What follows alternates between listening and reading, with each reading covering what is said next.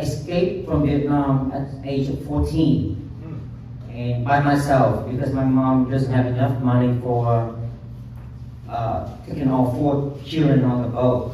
So by myself escaped at the age of 14. And imagine age 14, you know nothing, right? I was a child, but my mom bravely pushed me on the boat and escaped right from Nha Trang. And we on the ocean, you can see how big the waves and crazy. So we landed to Philippines. And in the Philippines, because I'm a minor, so we stayed here for a year to learn English before we arrived to the United States.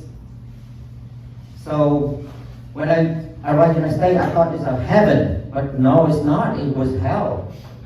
I live on the street, find food for myself, but the key is education. So I continue my college degree and I finish it with chemical engineer degree.